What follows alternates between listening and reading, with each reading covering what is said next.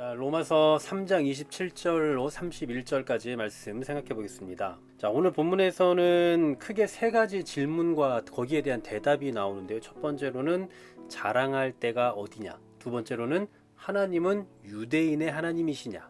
세 번째로 우리가 믿음으로 말미암아 율법은 파기되는 거냐? 이 세 가지 질문을 던지고 거기에 대한 대답을 하고 있는 게 바로 오늘 본문의 말씀입니다. 자, 먼저 27절 말씀 첫 번째 질문이죠. 자, 그런즉 자랑할 데가 어디냐? 있을 수가 없다라고 대답을 합니다.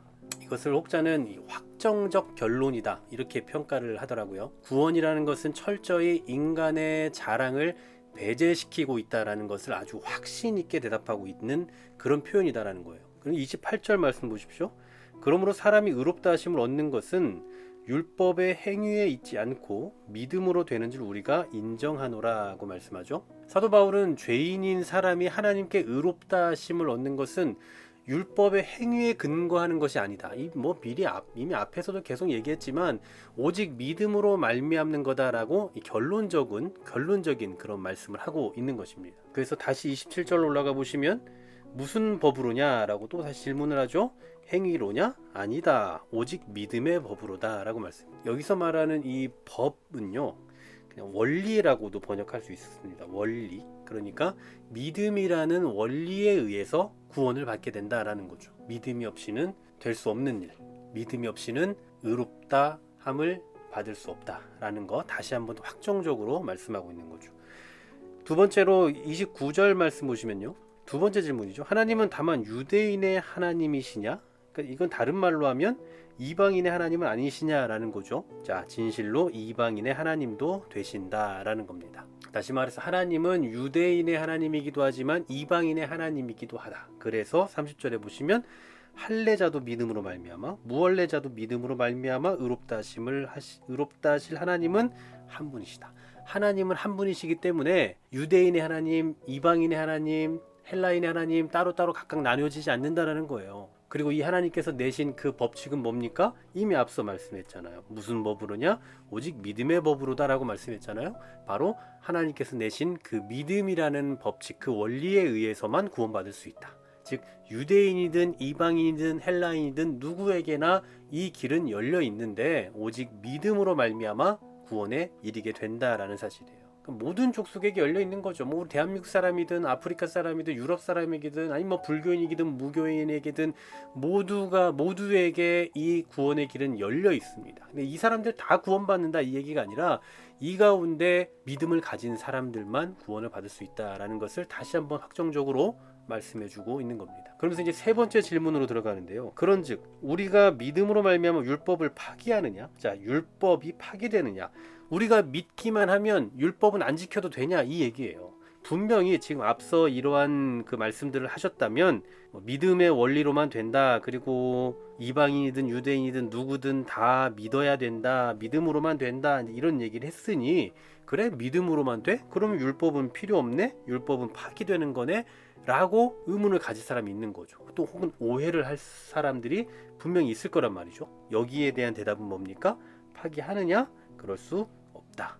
도리어 율법을 굳게 세운다라고 말씀해요. 그러니까 지금 사도 바울은 율법은 필요 없다 이 얘기를 하고 있는 게 아니라는 거예요. 이미 앞에 1장부터 계속해서 믿음에 대해서 또 행위로 되지 않는다는 것에 대해서 또 유대인과 이방인 헬라인들을 나눠가면서 계속해서 말씀하고 있지만 이 말씀의 모든 내용들은 결국 율법은 필요 없다. 율법은 파기되어야 한다. 오직 믿음이면 된다. 이것만을 말하려고 하는 건 아니라는 겁니다. 그러니까 이제 물론 두 가지를 굳이 비교를 하자면 믿음이냐 율법이냐 하면 당연히 믿음을 말하고 있는 거죠. 하지만 믿음을 세운다는 이유로 율법은 파기해야 된다, 필요 없다 이것을 말하고 있는 건 아니다라는 거예요. 여러분, 우리가 교회 안에서 어떤 정신을 살리고 의미를 살리는 일들을 하면 그럼 형식은 다 필요 없습니까? 하나님을 예배하는 예배자로서의 마음만 갖고 살아가면 예배라는 형식은 그냥 아무렇게나 해도 되는 건가요? 그런 거 아니잖아요. 그러니까 믿음으로 말미암아 의롭다함을 받았다라는 것은 율법을 무시하는 방향으로 가는 게 아닙니다. 왜냐하면 율법은 하나님께서 구약 시대에 주셨던 하나님의 거룩한 법이거든요. 그러니까 믿음의 원리는 오히려 더욱 하나님의 거룩하신 뜻이 있는 율법을 소중한 하나님의 말씀을 받아들이도록 하는 거예요.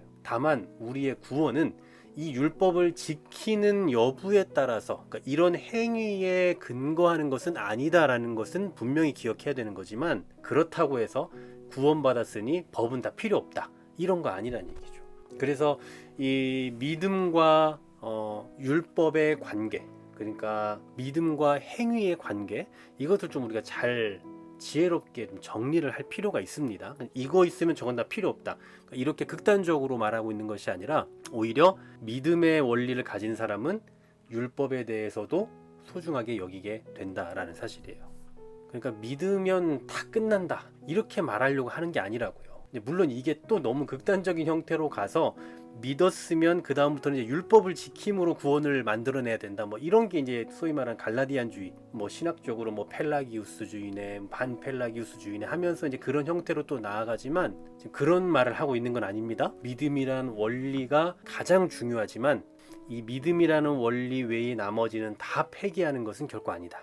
오히려 믿음이라는 그 원리를 우리가 가지고 살아가면서 하나님께서 우리에게 주신 그 법들을 더 소중히 여기면서 또 그 안에서 우리가 자유를 누리며 살아가는 삶이 바로 구원받은 자의 삶이다 라는 것을 가르쳐 주고 있는 거죠. 근데 이런 내용들 앞으로도 계속해서 더 점진적으로 확장시켜 가겠지만, 믿음으로 인해서 구원받는 일은 우리의 행위와 우리의 의지가 하나도 들어가 있지 않다라는 점에서 너무 쉽게 얻은 것처럼 보이지만, 그러나 그 얻은 구원을 가지고 살아가는 그 삶의 자리는, 그리고 그러한 삶 속에서 지혜를 발휘하며 살아가는 삶은 그렇게 우리가 쉽게 여길 수 있는 문제가 아니다. 믿음의 법으로, 믿음의 원리로 살아가는 그 삶의 형태, 삶의 방식, 이런 것이 얼마나 중요한지를 우리가 날마다 생각해야 될 것이고, 또한 깨어 경각심을 가지고 살아가야 한다는 거 기억하시면서, 오늘 하루도 믿는 자로서의 본이 되고, 믿는 자로서 또 구원에 이른 자로서 우리에게 주신 하나님의 그 은혜의 법들을 더 소중히 여기며 살아갈 수 있는